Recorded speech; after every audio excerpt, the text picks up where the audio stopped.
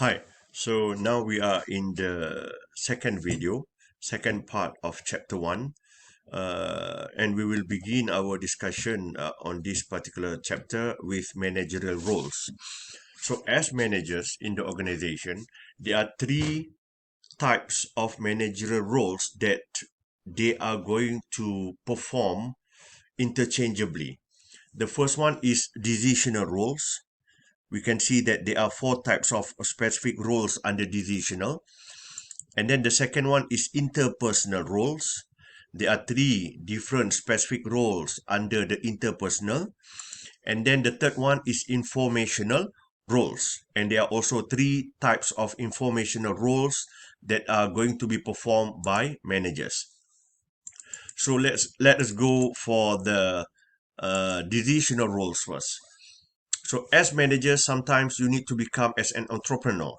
You need to commit organizational resources to develop innovative goods and services, meaning to say that as managers, sometimes you need to decide in terms of which product that you are going to produce.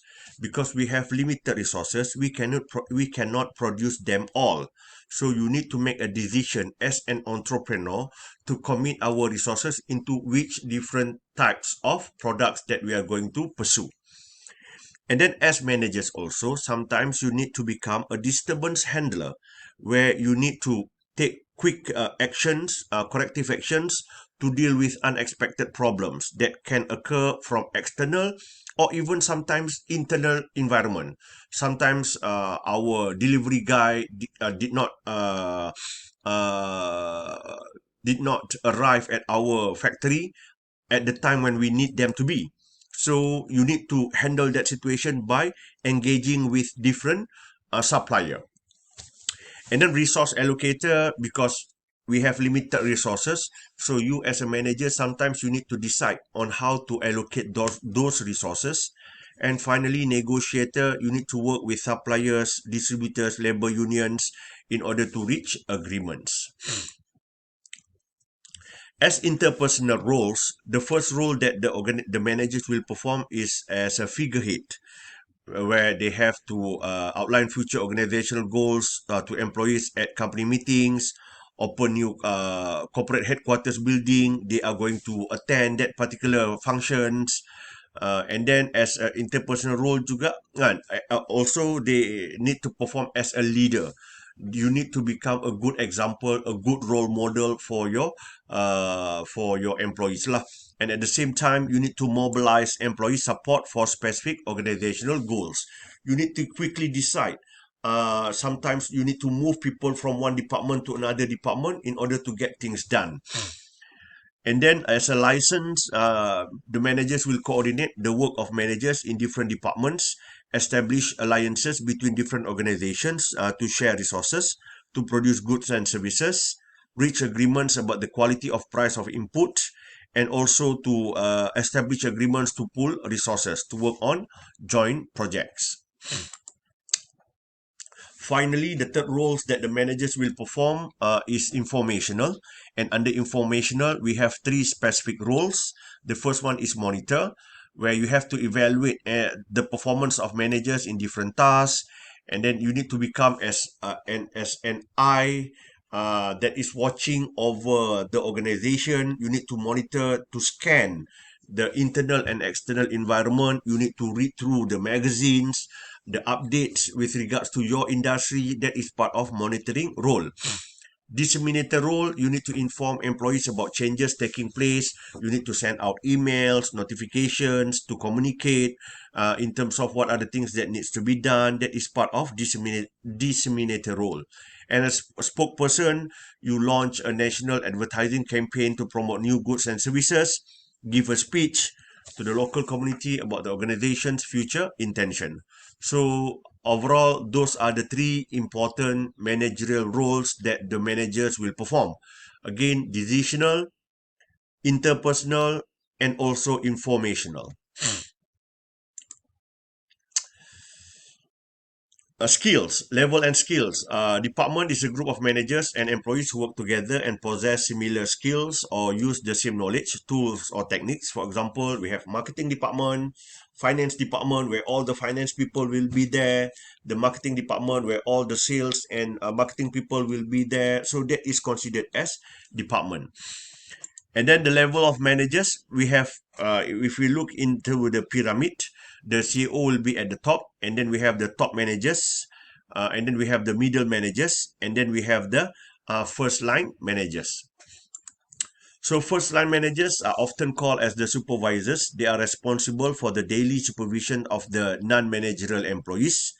And then middle managers, they supervise the first line managers. These could be the departmental managers, and then responsible for finding the best way to use resources to achieve organizational goals.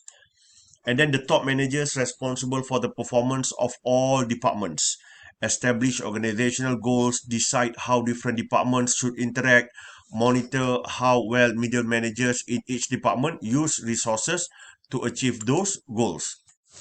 So in this figure, we can see how does the level of managers are being combined with the level of functions or different functions of management.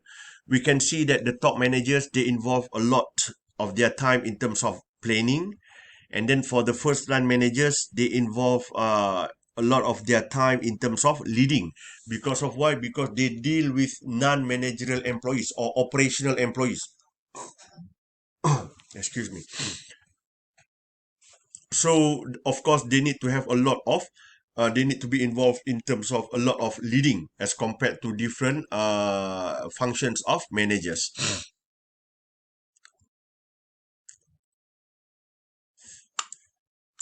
And the next one, we talk about the skills. These are the three levels of skills that the managers must possess, regardless of the level. The first one, conceptual skills. They need to have the ability to analyze and diagnose a situation and distinguish between cause and effect. For example, if they want to change a particular machines or equipment, for example, they need to understand the implications of that particular decision. If you want to introduce a new product, for example, they need to understand the implication towards the financial, towards the production. So that is part of conceptual skills. Human skills, the ability to understand, alter, lead, and control behavior of other individuals and groups. And all managers, they need to have these human skills, especially the middle managers, because they are the middle person. They need to deal with the top managers, and at the same time, they need to deal with the first line managers. And for the technical skills, you need to have these job-specific skills required to perform a particular type of work or occupation at a high level. For example, if you are a supervisor in the accounting department, of course, you need to understand all the formula, all the functions on how to perform financial pro forma, financial statement, budgeting, and everything, so that you can ensure that all the information are correct. So when we look into the types of types of and levels of managers, so these are the levels of managers. So when we try to combine between the levels of managers and the skills, we can say that the top managers, they are expected to possess a high level of conceptual skills. For the middle managers, we are expecting them to possess a high level of human skills. And for the first line managers, we expect them to possess a high level of technical skills. So the core competency is a specific set of departmental skills, abilities, knowledge, and experience that allows one organization to outperform its competitors. Skills for a competitive advantage. So basically, what the managers are trying to create or develop in the organization is this: the core competency. Once you have this core competency, which cannot be imitated by competitors, which cannot be copycat by the competitors, then you can have this competitive advantage. As long as you own this competitive advantage, you will always become the leading player in your industry. So the rest of the slides, they talk about different terms important in the management point of view. Restructuring is downsizing, outsourcing, we contracting with other company. For example, in terms of we create the product, and in terms of the marketing, we outsource to a different agent, for example. And then empowerment involves giving employees more authority. You need to have this because as managers, there is no way that you can do everything alone by yourself. So you need to empower others so that they can help you to perform that particular task or functions. And then there are many new challenges for management in a global environment. For example, utilizing new technologies, crisis management, and then maintaining ethical and socially responsible standards, and then to build competitive advantage. So, competitive advantage, like I said earlier on, is the ability of one organization to perform other organizations because it produces desired goods and services more efficiently and effectively. The best competitive advantage that I can recall at the moment is iOS, used by Apple, Microsoft Office by Microsoft, for example. So that is competitive advantage. Kan? Other telco company, they cannot simply use iOS as part of their system because that has been patented by Apple, and only Apple product can use that particular system. So once you have that, meaning that you can own that competitive advantage in your competition.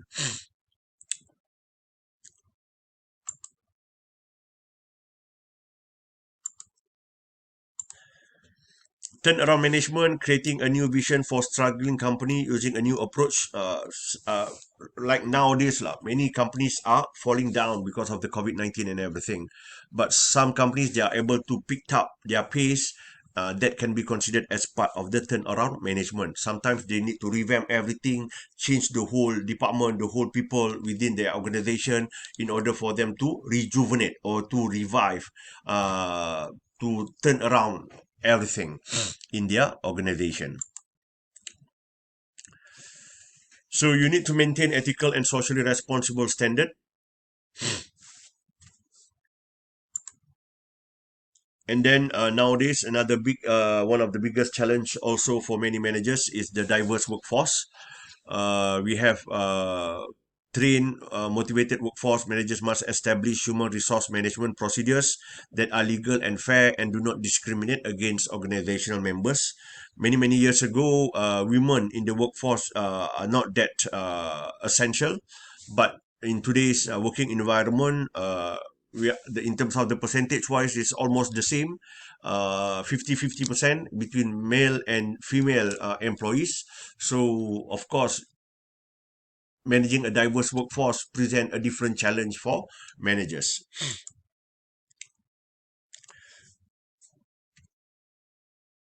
Efficient and effective use of IT also may improve an organization's performance. In today's business environment, everything is online, so that shows how important the new technologies being embedded within an organization. And finally, practicing global crisis management, you need to create team that facilitate rapid decision making and communication, establish the goals, organizational chain of command, and reporting relationships necessary to mobilize a fast response, and recruit and select the right people to lead and work in such teams, and develop bargaining and negotiating strategies to manage the conflicts that arise. So that would be the end of the chapter. You can always come back to the video. My advice is on how you can best utilize the learning strategy. Is number one, you need to read through the slide first.